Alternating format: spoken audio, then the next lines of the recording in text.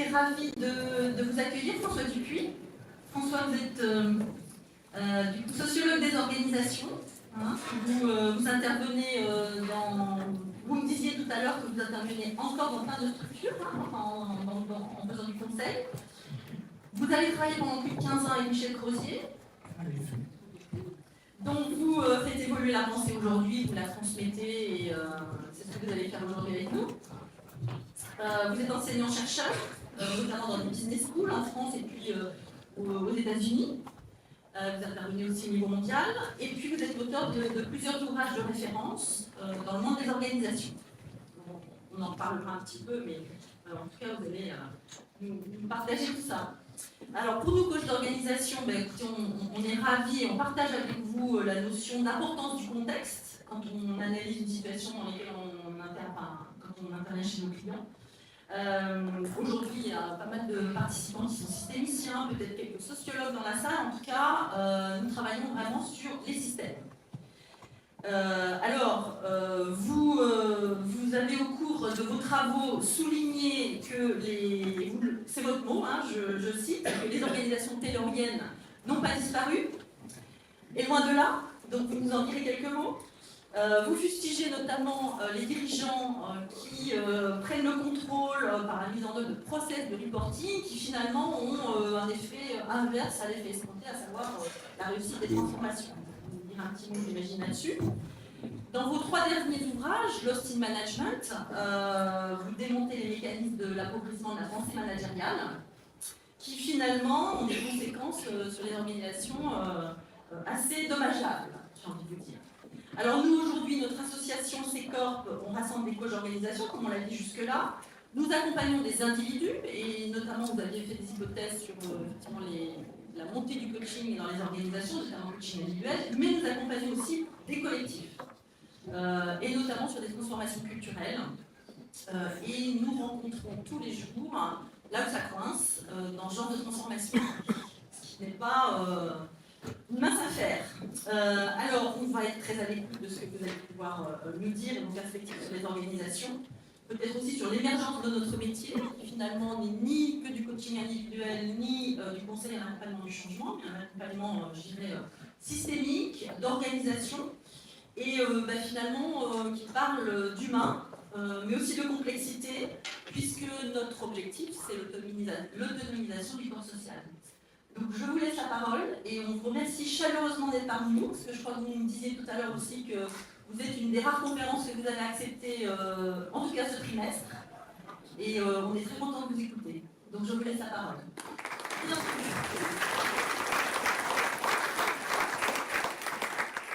Bien, mesdames et messieurs, bonjour. C'est d'abord à moi de vous remercier de m'avoir invité, et c'est toujours un plaisir de s'adresser à des professionnels, parce que ça permet d'avoir un dialogue, même si le temps qui nous est imparti est assez court. Et ce que je voulais vous dire, c'est que je vais profiter d'être parmi vous pour véritablement me centrer sur une perspective purement sociologique. C'est ce que l'on peut tirer de la sociologie des organisations à travers ce que vous appelez les coachs d'organisation. Et je vous ai remarqué à Carole que j'ai découvert, à travers le fait de venir ici, j'ai découvert la différence entre les coachs individuels et les coachs d'organisation dont je ne connaissais pas l'existence préalablement. Voilà, pour être bien clair avec vous, je ne savais pas votre métier, Carole me l'a gentiment expliqué, et j'en suis absolument ravi. Mais ce que je vais essayer de faire, c'est de vous dire ce que la sociologie des organisations, excusez-moi, cette formation peut apporter, et je sais qu'il y a dans la salle, j'en connais, certains d'entre vous qui ont touché de près à cette matière, à mon prix ce qu'ils avaient envie de prendre, d'autant plus que moi je vais insister là-dessus, enfin, ce n'est quand même pas la seule façon d'aborder les organisations. On peut être impérialiste, mais il y a une limite quand même. Donc, on reproche souvent aux crozériens orthodoxes. Moi, je suis un crozérien orthodoxe. On leur reproche souvent une espèce de vampirisation qui fait que plus personne d'autre n'aurait la légitimité de parler de cela. Donc, si on en a la possibilité. Donc on va diviser notre moment en deux temps.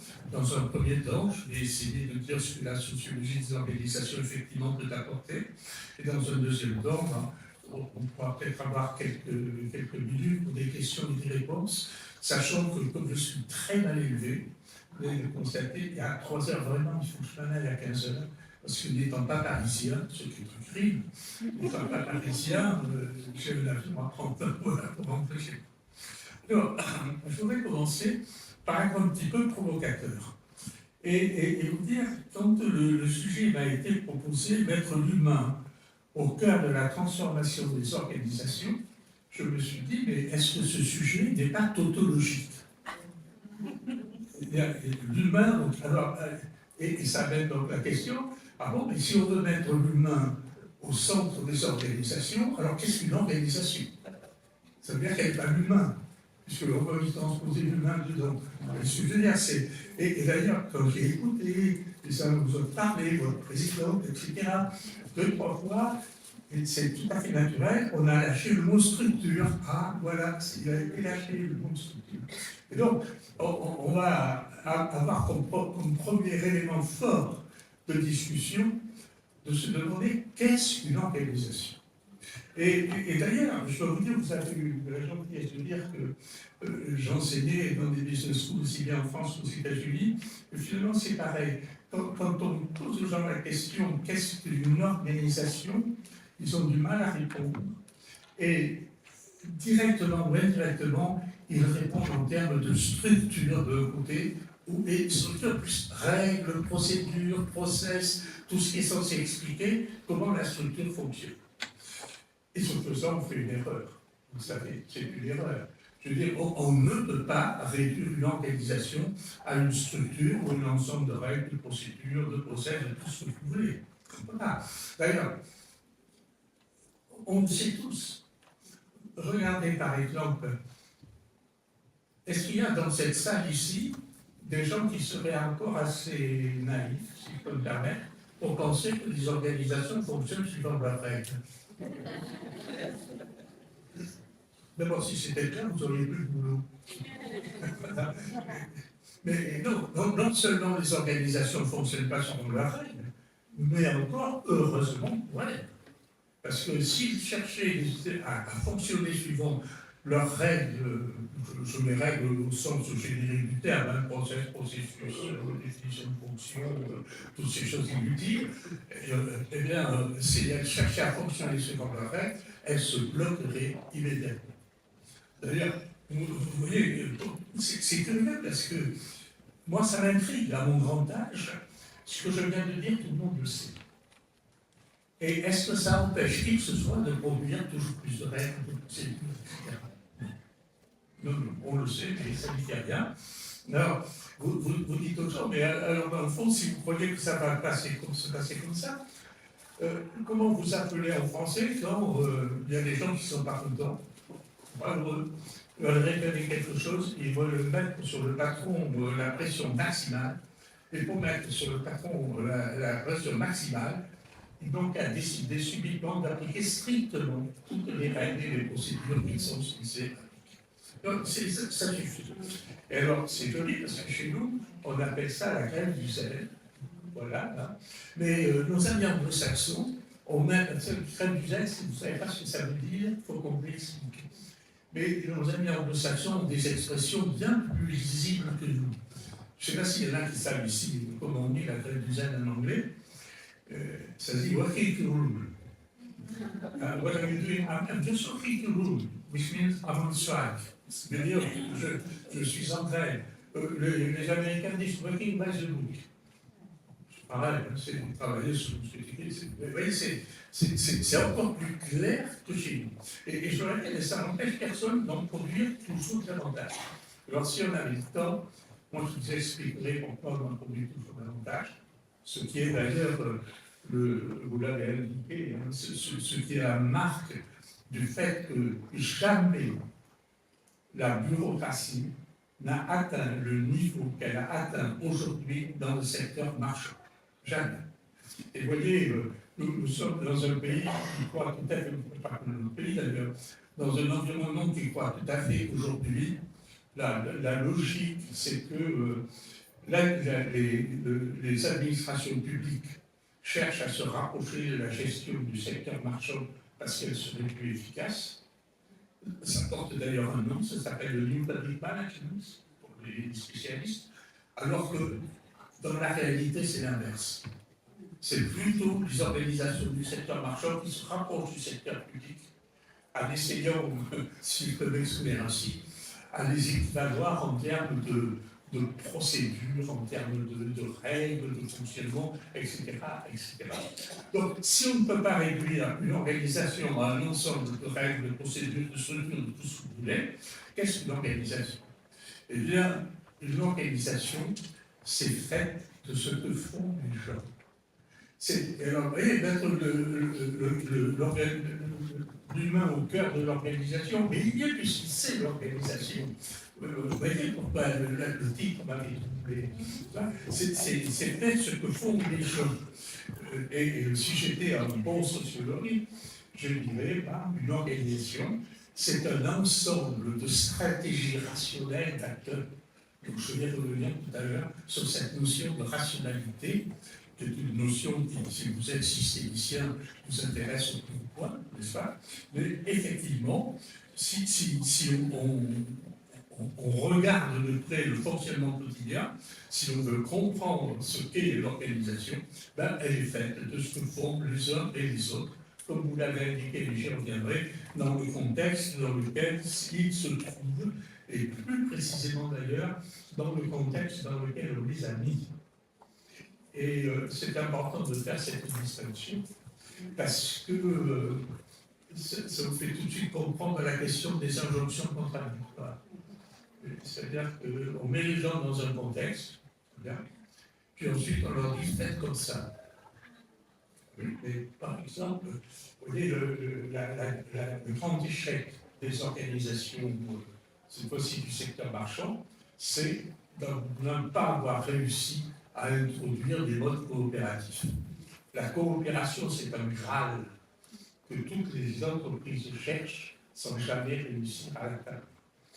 Et il y en a même qui cherchent à atteindre ce Graal de la coopération en continuant à évaluer et rémunérer les gens sur un plan strictement individuel, sans se rendre compte de la contradiction qu'il peut y avoir entre les deux.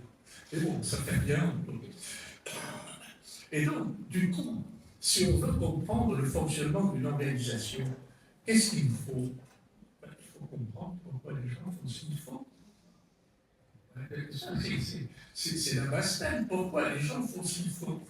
Et alors, si vous essayez de répondre à cette question, si vous lisez un peu pour répondre à cette question, vous trouverez une première série de réponses totalement psychologisantes. Vous voyez, lui il fait ça parce qu'il est comme tout petit déjà. Vous voyez ce que je veux dire, il fait ça parce que il est comme ça, voilà. Et quelquefois, c'est d'ailleurs pour ça qu'on va lui filer un coach pour qu'il soit autrement. Et ici, je parle d'un coach individuel. Comme disait Coluche, on n'a pas besoin de s'engueuler avec les plus nombreux.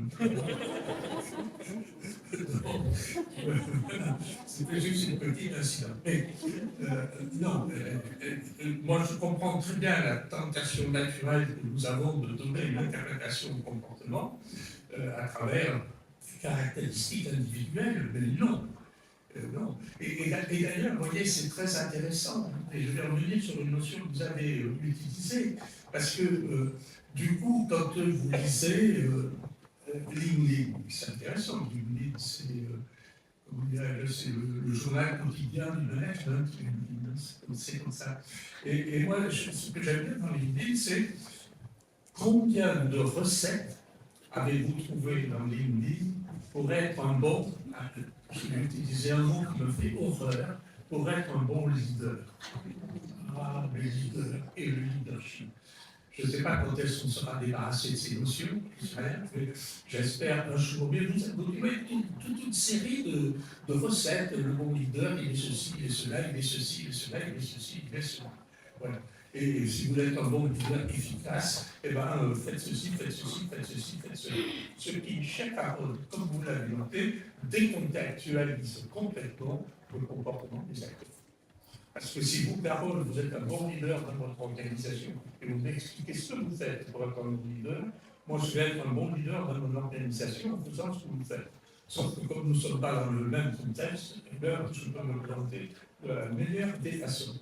Et donc, pour essayer de creuser cette notion, pourquoi les gens font ce qu'ils font, je vais quand même faire appel ici à un certain nombre de gens, comme par exemple Herbert Simon, l'économiste américain, voilà, qui a dit des choses là-dessus que je vous recommanderais à tous de lire.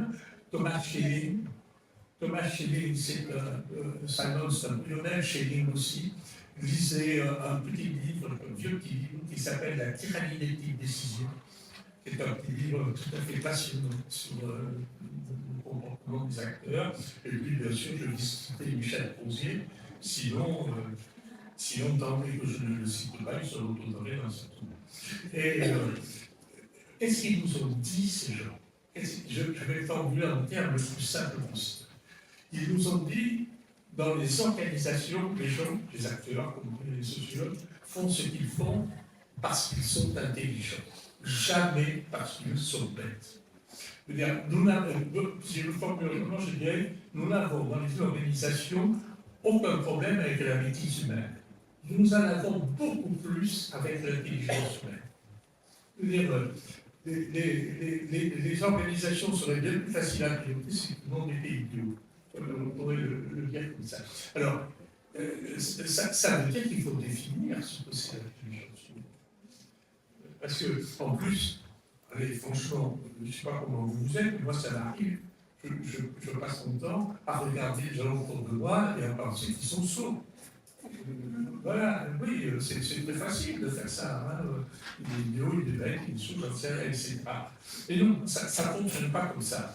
Ce que l'on appelle l'intelligence humaine dans les organisations, on va retrouver le concept de contexte, c'est la capacité pour tous les acteurs, quels qu'ils soient, les grands, les petits, les gros, les maigres, les hommes, les femmes, je ne sais pas quoi, les jeunes, les vieux, c'est la capacité pour tous les acteurs à trouver une solution, ce qu'ils font, qui est cohérente avec le contexte dans lequel ils se trouvent. Là, donc, je trouve une solution, c'est mon comportement, et elle sera cohérente avec le contexte dans lequel ils se trouvent. Vous voyez, on peut en prendre des exemples.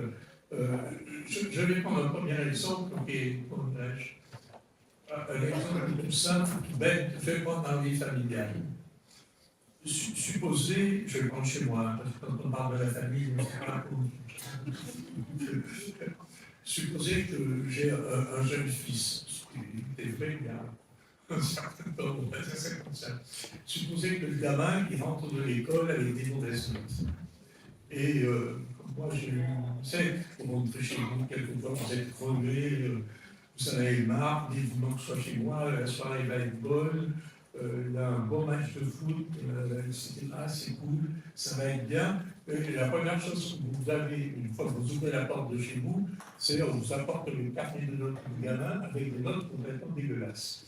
Et supposez que, je ne l'ai jamais fait, mais c'est un cas pédagogique.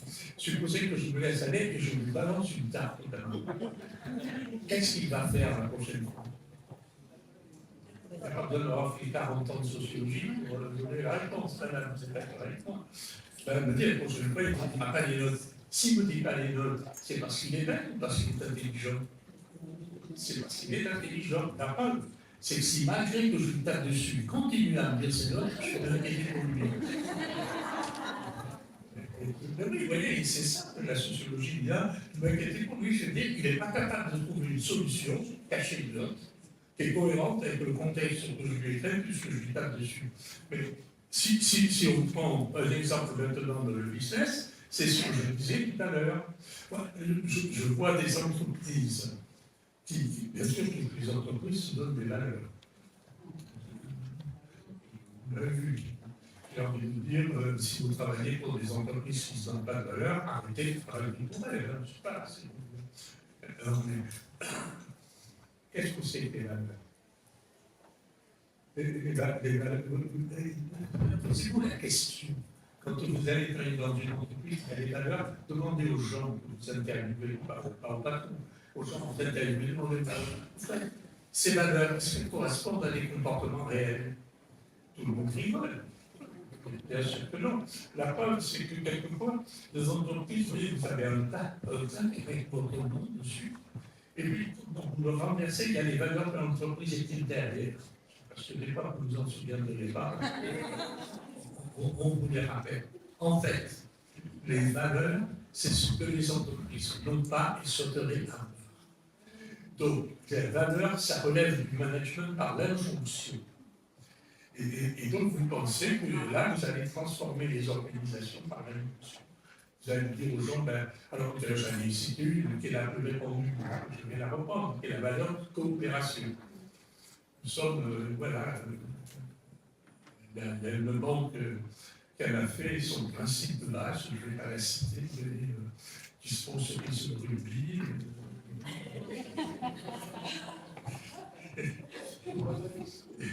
Et dans laquelle le président avait fait effectivement travailler à l'équipe, de la coopération, le mec général du fonctionnement de son organisation. Mais d'un certain point de vue, pourquoi la coopération, ça ne marche pas bien? Mais parce que le principe que je viens de vous donner, l'acteur est intelligent, n'est pas compris, il n'est pas appliqué.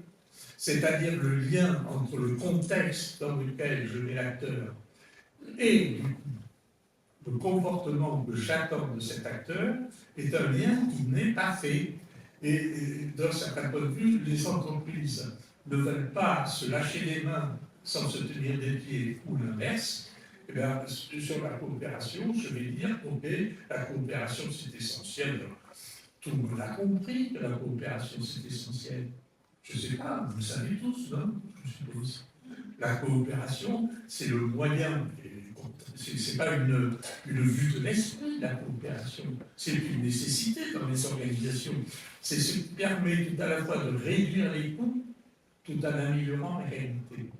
Ce qui est quand même la recherche de toute organisation, réduire les coûts en améliorant la qualité. Oui, mais dans ce cas-là, encore faut-il mettre les acteurs dans un contexte dans lequel ils auront intérêt à coopérer. Et bien, si vous ne voulez pas vous lâcher les pieds sans vous tenir des mains ou l'inverse, vous allez à la fois demander aux acteurs de coopérer, mais en même temps, vous allez quand même continuer à les évaluer individuellement, à les rémunérer individuellement, à les bonusser, comme on dit, individuellement, ce qui fera une contradiction entre le message d'un côté et le contexte de l'autre. Et faites-en votre credo, parce que c'est un vrai credo, quand dans une organisation, il y a une dissonance entre le message envoyé et le contexte dans lequel se trouve l'acteur, l'acteur privilégiera toujours le contexte et oubliera le message. Voilà. Et donc, à ce moment-là, vous dire, oh, mais c'est que tu n'as pas compris, c'est que ceci, c'est que cela, bref. Donc, alors, si maintenant, je veux formuler la même chose en un langage un petit peu plus complexe, on va dire ça comme ça, j'ose pas dire scientifique, ceux d'entre vous qui ont fait un peu de sociologie, derrière cette notion d'intelligence de l'acteur, ils auront reconnu la théorie de la rationalité limitée. Voilà, je vois des gens qui approuvent. Donc la théorie de la rationalité limitée que vous trouvez exposée dans le dernier chapitre du Marsh et Simon, les organisations, c'est tout ça, vous trouvez exposé là-dedans. Et qu'est-ce que ça nous dit, la théorie de la rationalité limitée? C'est important de l'avoir en tête. Elle nous dit que l'irrationalité n'existe pas. Or, regardez le nombre de comportements que nous interprétons à travers l'irrationalité des acteurs. C'est fou le nombre de comportements que nous interprétons dans ce cadre-là. Il est irrationnel, n'est-ce pas? Et non, tous les acteurs sont rationnels au sens que j'ai donné à l'intelligence de l'acteur. D'ailleurs, quand on lit le Marché Simon, qui est un vieux livre, je crois que c'est un livre de 1954, quelque chose comme ça. Oui, c'est ça. Je suis sur le même si en 1954, je n'étais pas encore en âge de lire le Marché Simon. Mais ils disent très bien, nous réfléchissons en termes de rationalité absolue. C'est-à-dire la meilleure façon, la seule bonne façon de faire quelque chose, c'est comme ça. Ça, c'est ce qu'on appelle la rationalité absolue. La rationalité limitée, c'est dans le contexte dans lequel se trouve l'acteur, et bien la solution qu'il trouve, c'est celle-ci. Ça, c'est la rationalité limitée. Ils ont d'ailleurs une belle image dans un livre, qui est un livre, il faut le lire quand même, hein, parce que c'est pas de la BD, hein, je peux vous le dire. Ils ont une très belle image. Ils disent, comme je l'ai entendu, il faut la traduire en plus. Ils disent la différence entre rationalité absolue et rationalité limitée, c'est la différence entre rechercher dans une meule de foin l'aiguille la plus fine, ou rechercher dans la même meule de foin une aiguille qui soit assez fine pour vous. Et vous voyez, ça veut dire, je supposais que ce matin, quand je me suis habillé pour venir vous voir, ben, je constate qu'il me manque un bouton de chemise. C'est pas correct quand même, hein, c'est pas convenable pour venir vous voir. Alors, un ingénieur peut m'expliquer, si tu ne veux pas abîmer ta chemise, il te faut l'aiguille la plus fine. Parce que la meilleure solution, c'est l'aiguille la plus fine. Oui, mais moi je suis pressé quand même, je vais être à l'heure, etc. Donc, j'abandonne son idée de rationalité absolue, et dès que j'en ai trouvé une qui est assez, comment dirais-je, assez fine, peu importe qu'elle soit la plus fine, pour coudre, je vais l'utiliser. C'est-à-dire, dans le contexte dans lequel je suis, il faut que j'aille faire une conférence dans un endroit où je ne peux pas me permettre de ne pas être à l'heure, et bien, je vais trouver une solution qui est cohérente avec ce contexte. L'ingénieur pourra m'expliquer qu'il n'a pas pris la meilleure solution. La meilleure solution eût été de prendre une aiguille qui n'abîma pas ta chemise. Ben oui, mais j'ai pris celle qui correspond à mon contexte, donc je me suis conduit comme un acteur rationnel. Et ça, vous voyez, je me permets d'y insister, mesdames, messieurs, parce que cette notion, donc vous pouvez oublier, moi je l'ai retraduit en langage scientifique sur la rationalité, mais cette notion d'intelligence de l'acteur, c'est la notion la plus capitale que vous puissiez. Bien, moi, vous voyez, ça fait longtemps que j'enseigne. Il y a des gens pour qui j'ai enseigné il y a 10 ans, je les rencontre à nouveau et ils me disent que l'acteur est intelligent. Et ils ont retenu une chose, mais vous verrez à quel point c'est difficile ensuite à faire comprendre à vos interlocuteurs. C'est pas quelque chose qui est naturel du tout comme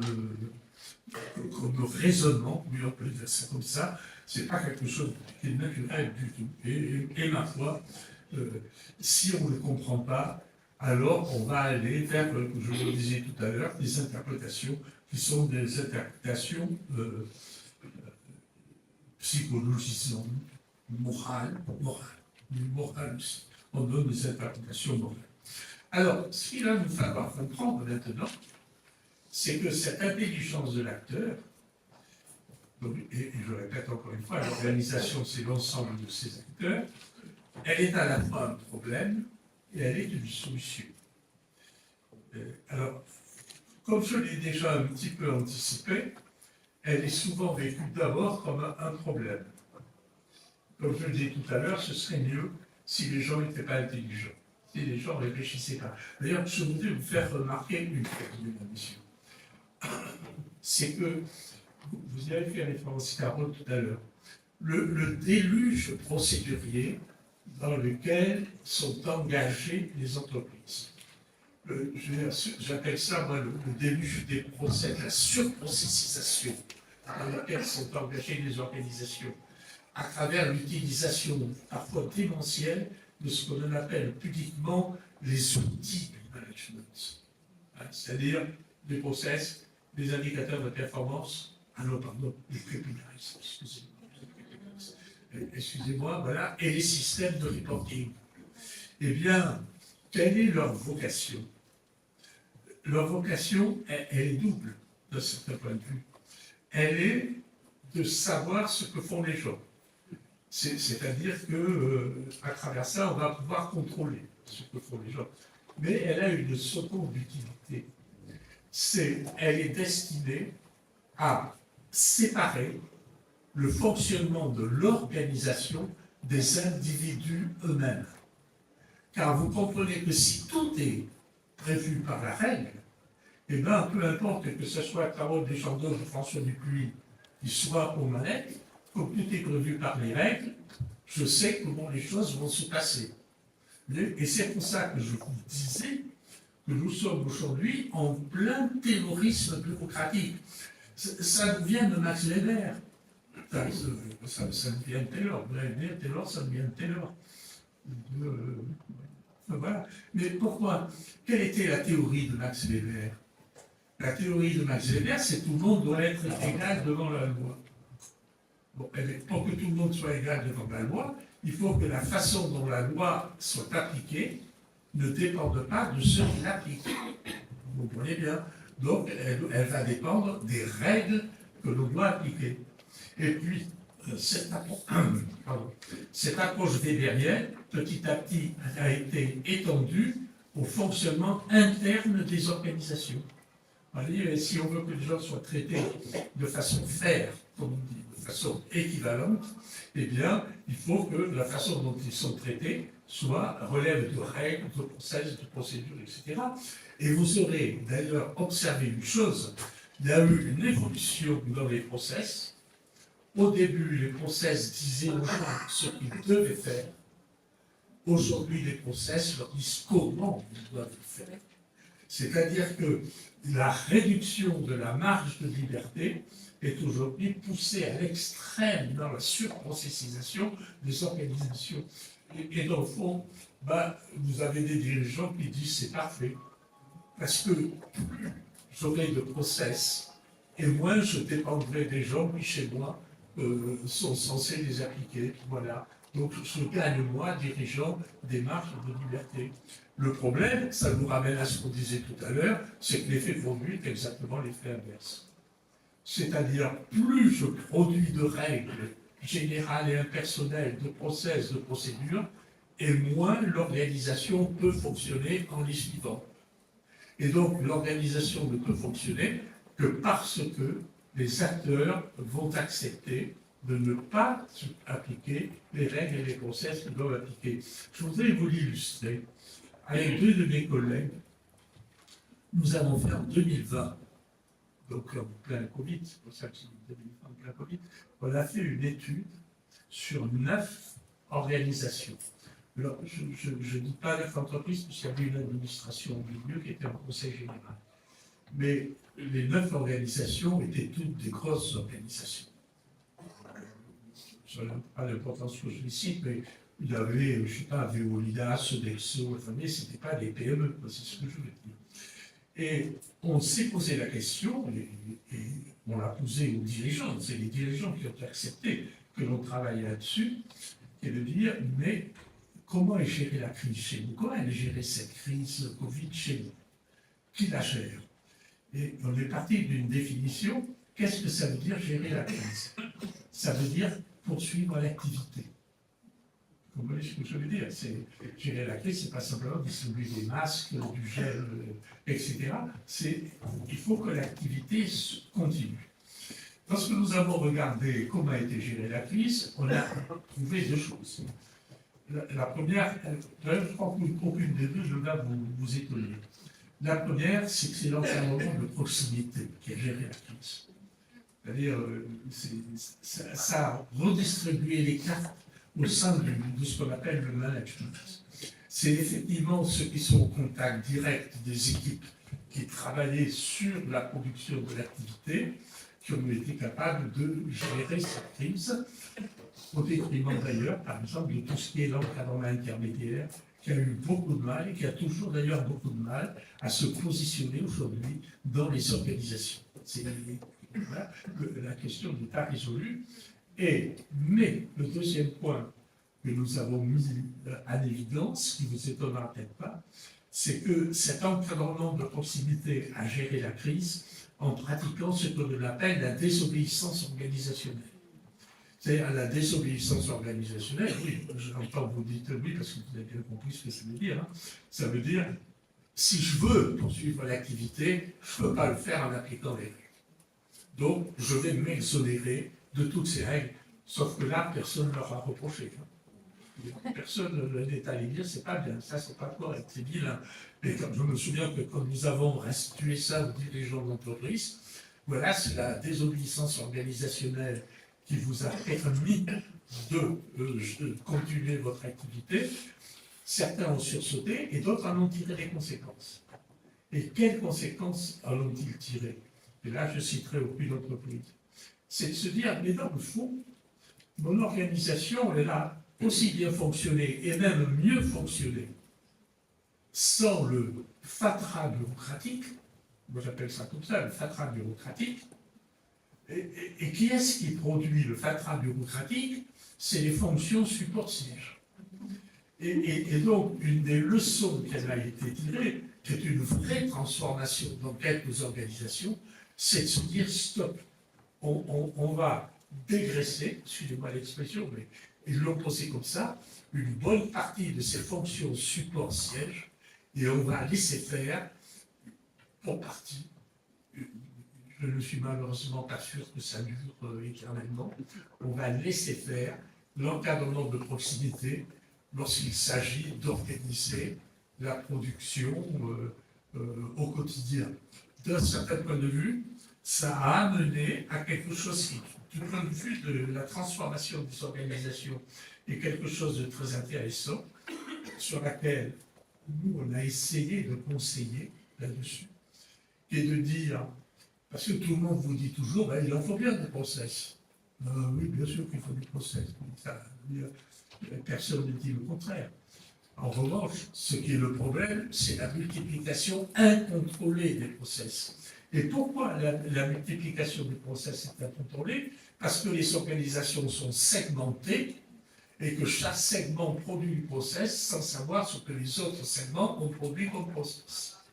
La caractéristique de nos organisations modernes étant segmentée et séquentielle. C'est le fonctionnement aujourd'hui de nos organisations. Eh bien, ce vers quoi on a tendu à ce moment-là, et on a essayé, dans un rôle d'accompagnement du changement qui est le vôtre, hein, de leur dire, vous avez dans vos organisations deux niveaux. Vous avez un niveau que l'on va appeler le non négociable, c'est-à-dire ce qui constitue votre être en tant qu'organisation, en tant qu'entreprise. Ça n'est pas négociable. Je vais vous prendre un petit exemple pour être sûr que c'est bien compris par tout le monde, ce qu'on appelle le non négociable. Il n'y a pas très longtemps, sur une autre entreprise, c'est pas celle qui a fait l'objet des études en 2020, qui est une entreprise du tourisme pour laquelle je travaillais, et j'expliquais au PDG, qui lui alors a une telle croissance que pour arriver à gérer la croissance, il faut qu'il produise des process. Parce que sans ça, il n'est pas capable de tout avoir sous contrôle. Et il se rend compte, comme je l'ai expliqué depuis le début, que ça ne marche pas.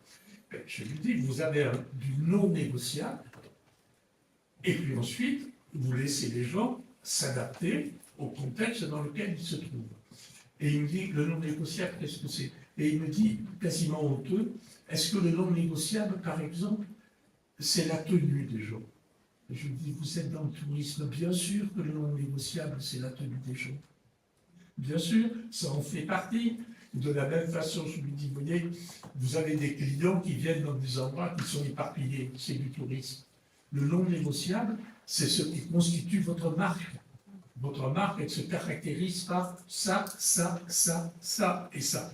Ça, c'est pas négociable. Le reste, laissez les gens le faire comme ils ont un peu envie de le faire. Laissez-les faire ce qu'on fait dans l'étude Covid, l'encadrement de proximité, trouver des solutions qui rendent possible le fait de continuer, comme je le disais, l'activité. Alors, Vous voyez, je disais donc, l'intelligence de l'acteur, elle peut être un problème. Le problème peut être abordé comme ça, mais elle peut être aussi une solution. Et cette solution, on va l'exprimer à travers la notion de levier, qui est une notion intéressante, mais que moi je trouve souvent utilisée, pas forcément à bon escient, ou du moins pas forcément utilisée dans son sens qu'on peut lui prêter dans le fonctionnement des organisations. Ce que j'appelle les leviers, c'est à quels éléments du contexte de l'acteur puis-je toucher, quels éléments du contexte de l'acteur puis-je faire évoluer pour que le comportement de l'acteur corresponde à ce que je souhaiterais qu'il soit. Et d'ailleurs, ça va me permettre de vous dire une chose. Ici, c'est un acte fondamentalement du management, fondamental du management, parce que moi, je n'ai jamais trouvé de définition plus simple du management que de dire le management, c'est obtenir des gens qui fassent ce que l'on souhaiterait qu'ils fassent. Je n'ai jamais trouvé de définition plus simple qu'au management. Or, si les gens ne font pas ce que vous souhaiteriez qu'ils fassent, c'est qu'ils ne sont pas dans le contexte dans lequel il est rationnel pour eux de le faire. La question que vous avez à vous poser, c'est dans quel contexte puis-je faire, puis-je les mettre pour qu'ils soient rationnels d'avoir ce comportement. Voilà un exemple que je voudrais prendre pour bien illustrer cette notion de levier dans la transformation de l'organisation. Je ne vais pas citer l'entreprise, je ne peux pas. Mais dans cette grande entreprise américaine, ils font comme tout le monde, c'est-à-dire qu'ils vendent non plus simplement des produits, mais des solutions, ce qu'on appelle des solutions intégrées. Vous voyez, c'est par exemple EDF va vous vendre de la domotique avec des choses comme ça, etc. Bon. Et tout le problème, c'est comment fait-on pour vendre un maximum de choses aux clients? C'est difficile. Il faut que les différentes parties de l'organisation qui produisent les éléments que l'on pourrait vendre aux clients, il faut qu'ils opèrent. Or, la tentation naturelle de chacune de ces parties, c'est de fourguer au client le maximum de son produit qu'il peut lui fourguer. Ce n'est pas de lui fourguer le produit du copain. Ça ne l'intéresse pas du tout. Et là, dans cette entreprise qui n'est pas la seule, ils ont travaillé sur la notion de contexte. Quel est le contexte qui va faire que moi qui vends ceci, j'ai intérêt à attirer l'attention de mon client sur cela et sur cela. Et ils ont créé ce qu'ils appellent les shadow PNL. C'est une notion difficile quelquefois à expliquer. C'est-à-dire, si vous travaillez dans la branche A, tous les produits qui seront vendus à ce client de la branche B, C ou D, vous seront comptés à vous. C'est-à-dire, tout le monde se verra compter la totalité des produits et services qui ont été vendus à ce client. Alors ensuite, il faut faire une réconciliation. Ils la font.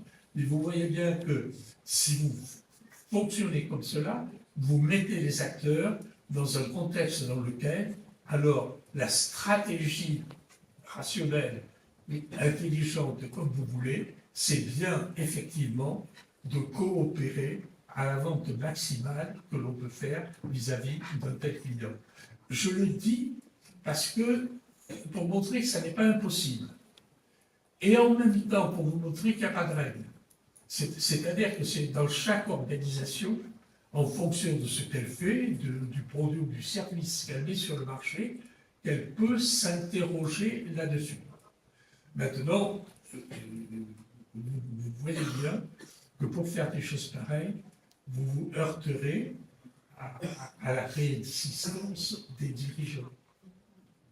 Parce que les dirigeants n'aiment pas raisonner comme ça. Vous savez, enfin, ça ne vous a pas échappé que dans les entreprises aujourd'hui, on a horreur de la complexité.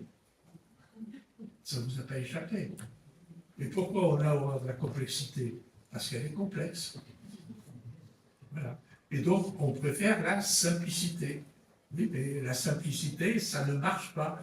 Et alors, on m'a dit, vous avez dit que vous étiez des systémiciens. Alors, ce qu'on a fait là, c'est de l'analyse de système. Vous l'avez bien compris comme tel. Mais vous vous rendez compte d'une complexité. Moi, je préfère de beaucoup, si je suis un dirigeant, je fais appel à McKinsey. McKinsey, il a dans son placard la solution à mon problème et qu'il ne connaît pas. Enfin, la caractéristique de ce genre d'organisation, c'est de trouver des solutions à des problèmes qu'ils ne connaissent pas. Pour reprendre un mot de Crozier, le problème, c'est le problème. Monsieur Erwan, c'est le problème. Alors arrêtez de trouver des solutions aux problèmes que vous ne connaissez pas. C'est d'ailleurs pour ça que vous observerez une stratégie des grands cabinets de conseil, c'est ce que moi j'appelle la stratégie de Pénélope. Vous savez, Pénélope, elle attendait Ulysse, hein, et alors, pour pas que notre prétendant puisse arriver, elle était tricotée la nuit, ce qu'elle avait tricoté dans la journée.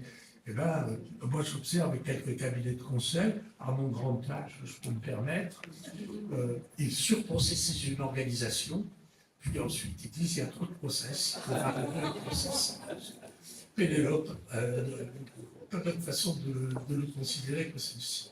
Voilà. Mais pourquoi ça convient aux dirigeants et aux messieurs? Parce que n'oubliez jamais que ces grands cabinets de conseil n'ont pas pour fonction principale de créer l'organisation la plus efficiente. Ils ont une fonction de légitimation. C'est-à-dire que c'est McKinsey qui l'a dit, ou BCG qui l'a dit, ou je ne sais pas qui l'a dit, donc ça a une fonction de légitimation, et du coup ça me plaidoie d'un certain point de vue des décisions qui ont été prises. Alors, une fois qu'on a dit ça sur la notion de levier, une fois qu'on a compris qu'effectivement, quand on a compris pourquoi l'acteur fait ce qu'il fait, il faut trouver les bons leviers, et donc ce sont les leviers qui vous permettront de créer la cohérence entre le message que vous envoyez et le contexte dans lequel vous aurez mis les acteurs. Alors, une fois qu'on a dit ça, je dirais que la suite de l'histoire, vous la connaissez. La suite de l'histoire, vous la pratiquez. Et je dis ça sérieusement. C'est-à-dire, une fois que vous avez fait tout ce qui précède, tout ce que je viens de décrire, mais c'est là qu'il faut remettre l'humain, au sens vrai du terme, le cœur de la transformation. Parce que la recherche des solutions qui créent la cohérence entre le message et le contexte, c'est pas vous qui la trouverez. C'est-à-dire qu'il faut revenir vers les acteurs eux-mêmes. Et qu'est-ce qu'il faut faire avec ces acteurs? Il faut faire trois choses. La première chose, c'est leur restituer l'analyse que vous avez faite. Vous voyez, j'ai parlé tout à l'heure des grands cabinets de conseil. Ça me fascine. Bon, je le confesse, humblement, j'allais diriger un de ces cabinets de conseil, qui était Mercer. L'ancêtre d'Oliver Wyman. J'étais fasciné. Les consultants m'amenaient leurs propositions, 50 pages. Moi, je serais chef d'entreprise, en lisant la proposition, je dirais, bon, je n'ai plus besoin, il y a tout dedans. Voilà. Il y avait une notion qui me frappait toujours, il y avait le diagnostic vous sera offert. C'est-à-dire, le diagnostic, on s'en fout. C'est ça que ça veut dire. Ça n'a pas d'importance. Or, moi, dans tout ce que je viens de vous dire, l'importance, elle est dans le diagnostic. C'est la fameuse phrase, le problème, c'est le problème. Et quand vous ne connaissez pas le problème, vous vous agitez dans le vide. Donc, voilà, une fois que vous avez... Non seulement le diagnostic ne vous est pas offert, mais le diagnostic, ça va être l'élément clé qui va permettre d'avancer dans le processus d'accompagnement du changement. Parce que vous allez dire, ok, je vais faire des groupes de travail pour regarder à quelle solution on peut parvenir. Oui, mais des groupes de travail, il faut les alimenter. Et des acteurs ne seront jamais d'accord sur la solution tant qu'ils ne seront pas d'accord sur quel est le problème. Or, ce que j'ai essayé de vous dire, j'espère que c'était clair pour vous, c'est que le fait d'être capable de faire une analyse de l'organisation dans les termes que j'ai essayé de décrire pour vous a comme vertu essentielle de ne culpabiliser personne. Puisque si vous partez de l'idée que les acteurs font ce qu'ils font parce qu'ils sont intelligents, ça veut dire que vous n'avez aucune raison de leur reprocher de faire ce qu'ils font. Ça ne veut pas dire que ce qu'ils font est acceptable.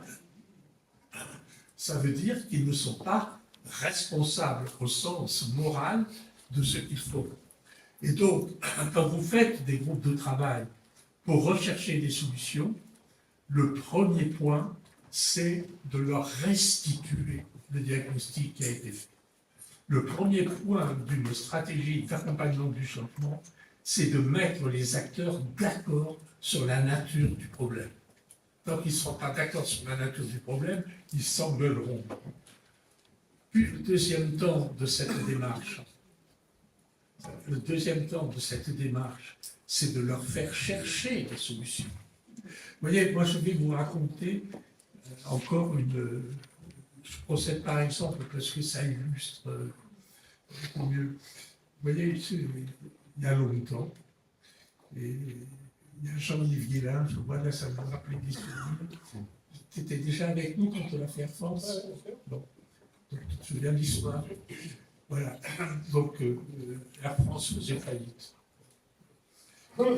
Les plus jeunes ici ne le savent pas. Air France faisait faillite, donc on nomme le nouveau PDG, qui était Christian Blanc, voilà, etc. Et il nous demande de faire un diagnostic. Qu'est-ce qui se passe dans Air France? Donc on a fait un diagnostic, pourtant on n'était pas très nombreux hein, à l'époque dans l'équipe, mais ça a bouffé 80% de l'équipe pour faire ce diagnostic. Mais ensuite, on l'a restitué plus de 40 fois, ce diagnostic. C'est-à-dire 40 fois, on est allé à la maintenance, on est allé aux escales, on est allé dans les différentes parties de l'organisation pour restituer le diagnostic.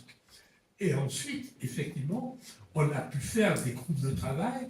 Vous voyez, le type même de groupe de travail, c'est qu'est-ce qu'un demi-tour réussi? Ce qu'on appelle le demi-tour dans l'aviation, c'est ce que c'est. L'avion arrive et va repartir. Voilà. Et il y a 11 métiers qui s'activent autour de l'avion pour qu'il puisse repartir dans de bonnes conditions. Et le problème, c'est que tout le monde s'engueulait. Donc, comment faut-il travailler pour optimiser les 40 minutes qui normalement devaient être le temps de stationnement de l'avion? Eh bien, là, vous avez des acteurs qui vous proposent des solutions qui sont finalement, je vais dire une bêtise, mais c'est une vérité. Je me souviens très bien avoir dit à Blanc, je lui ai dit, écoutez, ça n'est pas le meilleur président du monde, c'est-à-dire vous, ni le meilleur consultant du monde, c'est-à-dire moi, qui pourront trouver la solution. Il faut vraiment qu'on demande aux gens. Et ça, c'est la deuxième étape. Vous les avez d'abord nourris avec un diagnostic. Ensuite, vous pouvez les faire travailler sur la base de ce diagnostic à la recherche de solutions. Mais à une condition, c'est le troisième point, c'est qu'il soit clair pour tous les acteurs que ce n'est pas parce qu'ils vont proposer des solutions que toutes les solutions seront adoptées. Leur vocation, ce n'est pas qu'elles soient adoptées, leur vocation, c'est qu'elles soient légitimes. Et elles sont légitimées par le fait qu'elles ont été, pour partie, en grande partie, proposées par les acteurs eux-mêmes de l'organisation. Si donc, maintenant, je voulais essayer de conclure dans les temps que nous avions définis, mais je n'ai pas réussi à le respecter à peu près. Oui, mais je voulais dire deux choses. Vous voyez, la transformation des organisations, c'est d'abord et avant tout un problème de raisonnement. C'est un problème de raisonnement. C'est comment vous raisonnez. Or, j'ai entendu ce mot qui me fait plaisir, vous êtes des systémiciens. eh bien, vous devez raisonner à travers ce que nous, on appelle l'analyse stratégique et systémique des organisations. C'est-à-dire une organisation comme un ensemble de stratégies d'acteurs, et ces stratégies faisant système les unes par rapport aux autres. Et c'est ce travail-là qui est le premier travail à faire, qui est un travail difficile, il faut avoir été formé pour le faire, mais c'est lui qui ensuite vous donnera tout le matériau nécessaire pour accompagner le changement et lutter contre les dérives bureaucratiques. C'est-à-dire, vous voyez, moi je vais vous dire une chose, quand je fais ce genre de travaux, je dis dans les groupes de travail que j'anime, je dis aux gens, voilà, vous pouvez me proposer toute solution, pourvu que votre solution, vous me la justifiez par le changement de comportement des acteurs qu'elle va impliquer, qu'elle va produire. Si vous me la justifiez simplement en disant, ben, on va changer de structure, ça ne m'intéresse pas. Parce qu'on peut avoir 20 fois la même structure, on peut avoir 20 structures différentes et exactement le même comportement derrière. Donc, ce n'est pas parce que vous allez changer de structure que vous allez changer votre organisation. Et ça, c'est très difficile à faire comprendre. Ce n'est pas parce que vous avez changé de structure que vous allez changer votre organisation. En revanche, proposer des éléments qui sont des leviers qui vont produire du changement de comportement des acteurs, alors là, oui, vous êtes dans un véritable processus de changement.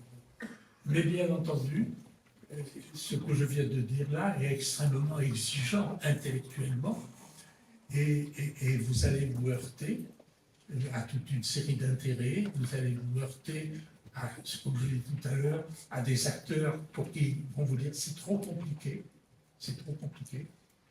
Vous voyez, moi, je vais vous dire une anecdote amusante. Jean-Yves, ça va te rappeler à une fois Air France. Quand on avait fait Air France, en plein milieu, il y avait eu un article dans l'Expansion qui s'appelait « Des sociologues au chevet d'Air France ».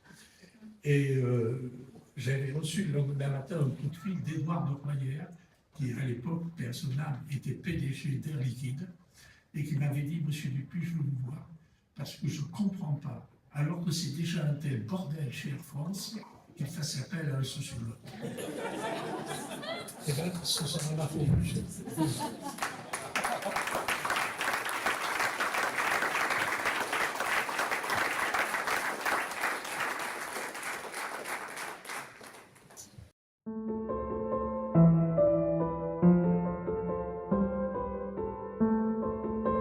Moi, je ne propose pas les produits de mon collègue A, B ou C, parce que ça fait ça de moins que je peux vendre à mon client. Donc, très bien, j'agis selon le contexte dans lequel je suis. Si je te le compte maintenant à toi aussi, alors je t'ai mis dans un contexte dans lequel tu as intérêt à faire différemment que tu faisais précédemment. Et c'est pour ça d'ailleurs que quand vous allez restituer votre analyse dans les groupes de travail, vous allez la restituer à travers cette idée, ok, tout ce que vous faites est rationnel, mais le résultat que ça produit est un résultat qui pose problème pour l'organisation. Donc il faut qu'on trouve un autre mode de fonctionnement qui ne pose pas les mêmes problèmes pour l'organisation. Voilà. Et donc il faut qu'on change le contexte dans lequel vous vous trouvez. Voilà. En faisant contribuer tous les acteurs.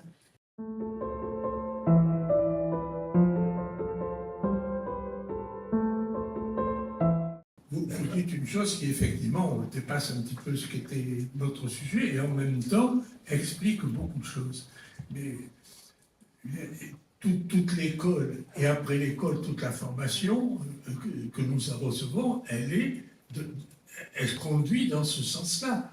C'est-à-dire c'est le plus intelligent. Alors, ensuite, vous avez le moyen d'évaluer l'intelligence. Hein. On n'est plus dans l'intelligence au sens sociologique.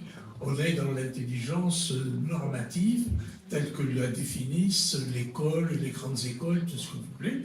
Et effectivement, c'est ceux que l'on considère comme les plus intelligents, qui souvent, par exemple, sont ceux qui ont la parole la plus facile, on va le dire comme ça, et que l'on va effectivement promouvoir. Mais il y a un autre défaut, monsieur, que vous auriez pu souligner, qui est que, vous voyez, qu'est-ce qui fait que l'on va promouvoir des gens dans une position de manager? C'est bien souvent parce que c'est les plus compétents techniquement. Or, c'est deux choses différentes. Vous voyez ce que je veux dire? C'est vraiment deux choses différentes. Et moi, ça me surprend toujours quand je vois le fait qu'effectivement, un tel, il est très fort, techniquement parlant, etc. Et c'est lui qui va être, voilà, qui va être nommé manager, qui va être promu, etc., etc. Donc, il y a ces deux systèmes de promotion qui peuvent poser problème au management des organisations, c'est sûr. Par contre, monsieur, si c'est le système scolaire et universitaire, là, ce n'est pas demain la veille que ça va changer. C'est-à-dire, good luck. Hein,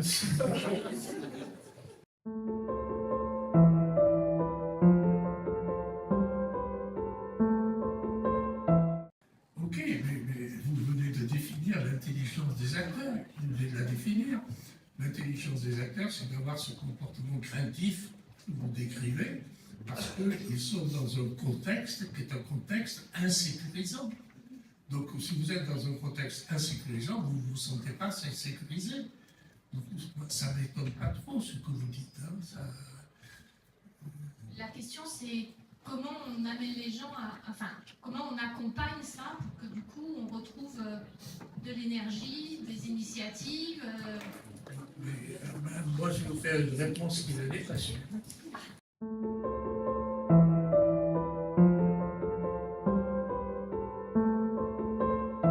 Ouais, c'est pas simple. C'est pas simple du tout. Hein. On la connaît bien, la question sur les normes ISO, qui effectivement, moi j'en vois apparaître tous les jours des nouvelles, des normes ISO. Alors, la première chose qu'on peut dire, c'est que les normes ISO, enfin, elles ne sont pas destinées concrètement à améliorer la qualité. Elles sont destinées à vous certifier, ce qui est quelque chose de tout à fait différent. Donc, à un moment donné, il faut penser comment, dans l'organisation, vous pouvez atteindre le niveau de certification sans mettre en danger ce qui, pour vous, constitue l'essentiel de votre fonctionnement. Parce que quelquefois, vous trouverez des contradictions entre les normes qu'on vous demande. Et en plus, c'est votre client qui va vous demander d'être certifié ceci, certifié cela, parce que lui se couvre à travers votre certification. Mais vous voyez ce que je veux dire, hein? Il va se couvrir à travers... Donc voilà. Et à un moment donné, là non plus, je n'ai pas de réponse générique, mais vous voyez, il faut être capable de faire la part des choses. Et dire, OK, il faut que je sois certifié ceci et cela. En même temps, moi j'ai besoin de ce mode de fonctionnement. Pardon? Le nom des Le nom des négociables. Voilà, exactement. Vous avez compris. C'est exactement ça. Sur cette question-là, le professeur Laurent Capelletti du CNAM a écrit un livre qui s'appelle La gestion innovante des normes. Et où tout son propos, c'est de savoir comment utiliser une norme justement, exactement comme le professeur Dupuis le dit, c'est-à-dire en utilisant la norme vers le but recherché et non pas vers la certification. Merci beaucoup. Voilà, la gestion innovante des normes, professeur Laurent Capelletti du CNAM. Merci.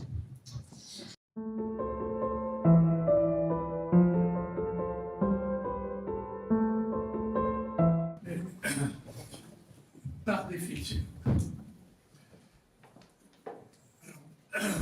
Excusez-moi, par définition, je vous dirais, c'est vrai. Mais quand vous gérez une organisation, vous gérez du collectif. Et quand vous gérez du collectif, vous ne pouvez pas espérer que 100% des personnes qui constituent un collectif soient bâties de la même manière. Donc vous aurez toujours de la déviance, vous aurez de la déviance, vous aurez de la non-adhésion, vous aurez ce phénomène. Mais ce qu'il faut entraîner avec vous, c'est le collectif, ce qui ne signifie pas tous les individus. D'autant plus, là, que je vais vous donner une autre limite. C'est que, dans le fond, une critique qui est faite à la sociologie des organisations, que je n'ai pas faite parce que je ne peux pas donner les bâtons pour le faire, mais je vais la dire, c'est que, tel que je vous ai présenté cette analyse, elle implique que le contexte des acteurs est à l'intérieur même de l'organisation. Donc, vous allez quelquefois tomber sur des acteurs qui ont un contexte qui est externe à l'organisation. Il y avait un très bon livre je me souviens du livre d'une sociologue qui s'appelle Danielle Kergouat, qui avait étudié les grèves de 1968 dans une usine. Et dans cette usine, il n'y avait quasiment que des travailleurs immigrés. Et elle s'apercevait que, grosso modo, ils se scindaient en deux groupes. Un premier groupe qui participait activement aux grèves, les piquets de grève, etc. Et un deuxième groupe qui attendait que ça se passe et que les Français aient bien voulu régler leurs problèmes entre eux. Et alors, elle cherchait à savoir qu'est-ce qui distinguait ces deux stratégies qui étaient différentes, alors même que ces acteurs étaient dans le même contexte. Vous voyez ce que je veux dire? Vous dites, quand même, alors, toute bonne histoire de contexte, elle est fausse. Vous voyez ce que je veux dire? Vous dites, et donc, comme c'était une chercheuse remarquable, elle est retournée sur le terrain, et elle a réinterviewé ces populations, mais elle les a interviewées sur leur projet de vie. Et elle s'est rendue compte qu'il y avait deux projets de vie. Il y avait un premier projet de vie qui était un projet intégration. Je veux m'intégrer à la population française, etc. Eux, ils participaient activement aux grèves.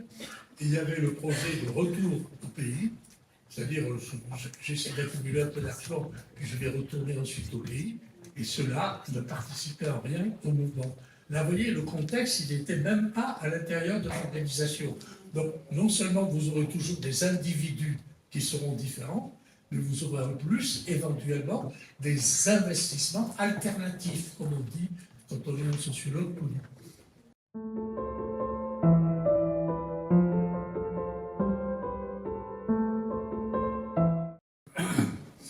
Plusieurs réponses. D'abord, je ne sais pas ce qu'il pourrait m'apporter, puisque j'ai découvert l'existence de ce métier. Donc, faudrait. Mais je voulais vous dire quelque chose sur la légitimité. En tant que tel, le sociologue n'a pas plus de légitimité que vous, si vous le comparez à ce que j'ai dit sur les grands cabinets de conseil. Si vous me permettez de parler de façon terre à terre, vraiment de façon la plus basique possible, en ce qui me concerne moi, la légitimité, je l'ai acquise de deux façons, par l'enseignement. Parce que quand vous enseignez pendant 30 ans la sociologie des organisations, les gens qui aujourd'hui viennent me trouver sont des gens que j'ai eus et qui savent très bien ce que c'est. Et puis, la légitimité, ça s'acquiert par des livres qui rencontrent un certain lectorat. Voilà.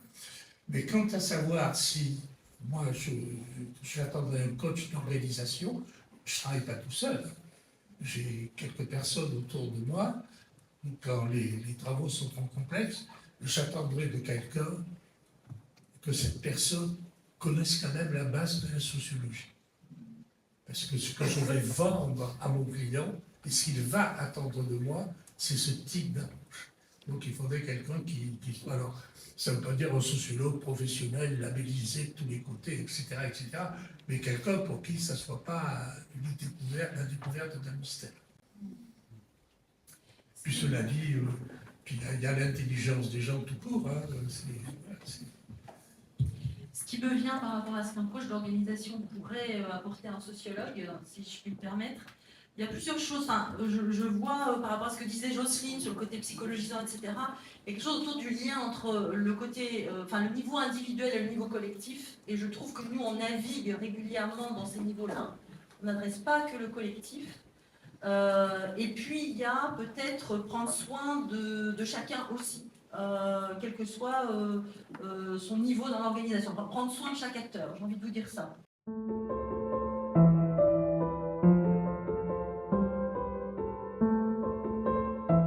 Ça ne rentre pas du tout dans mon discours.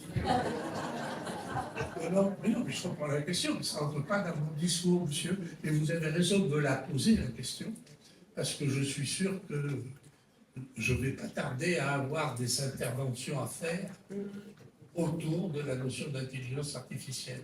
Et j'avoue que, d'abord, les deux termes, intelligence et artificielle, me paraissent complètement antilogiques. Je ne comprends pas le sens de l'expression. Voilà. Et je demande toujours, est-ce que les algorithmes qui constituent l'intelligence artificielle ont été eux-mêmes élaborés par une intelligence artificielle? Pardon? Certains, oui, Certains. voilà, mais au début, voilà. Mais pour le moment, je ne peux pas vous répondre, je n'ai jamais eu d'intervention à faire autour de ce sujet-là, donc je vous raconterai n'importe quoi. Très bien, ben nous en avons fini avec les questions.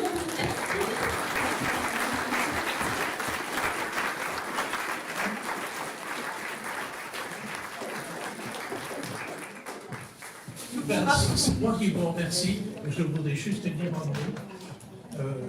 Avoir appris aujourd'hui la notion de coach d'organisation, je considère que c'est une très bonne nouvelle.